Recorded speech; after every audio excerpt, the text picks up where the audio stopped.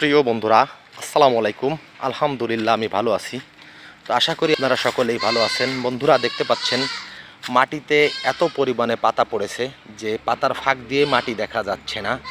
আর গাছগুলা একটু দেখাই, গাছে কোনো পাতা নাই। দুই একটা শুকনা পাতা আছে, আবার দুই একটা গাছে জালি পাতা ছেড়েছে। অবশ্য আমি এই জিনিসটি যেটি দেখানোর চেষ্টা করছি বা আমার যেটি উদ্দেশ্য সেটি হচ্ছে, কিছুদিন আগে গাছ পুরো সবুজ ছিল, গাছে পাতায় পরিপূর্ণ ছিল, এই এলাকাটা সবসময় ছায়া থাকতো।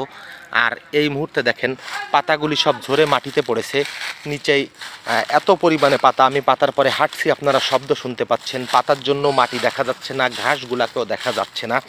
অর্থাৎ এই গাছগুলা নতুন পাতা ছাড়ার জন্য রেডি হচ্ছে, যেটি আমি বলতে চাচ্ছি। দেখেন গাছগুলোতে কোনো পাতা নাই, মেহগনি গাছ, সারি সারি মেহগনি গাছ।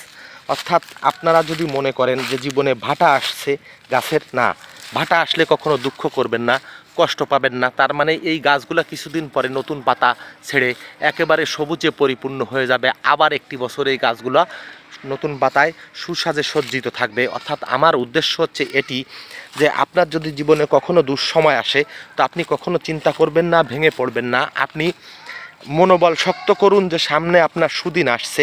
আল্লাহর উপর ভরসা রাখুন।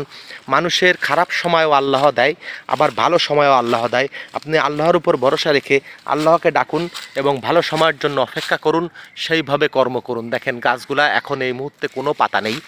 আবার সামনে এমন একটি দিন আসতে যাচ্ছে, দুই একটা গাছে যে নতুন পাতা ছাড়ছে, সামনে এমন একটা দিন গাছগুলোর জন্য আসতে যাচ্ছে যে এই গাছগুলা সবুজ পাতায় একেবারে পরিপূর্ণ হয়ে যাবে এবং একটি বছর পাতা সাজে সজ্জিত থাকবে। অর্থাৎ এটি আল্লাহর অশেষ রহমত।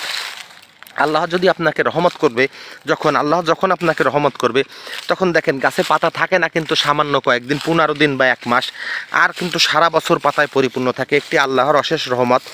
আপনাকে যখন আল্লাহ রহমত করবে তখন আপনি কিন্তু দীর্ঘ টাইম ভালো থাকবেন। আল্লাহর পথে চলুন, ভালো কর্ম করুন, সৎ পথে থাকুন। আপনি নিজের জীবনে সুখী থাকবেন, সম্মানিত থাকবেন।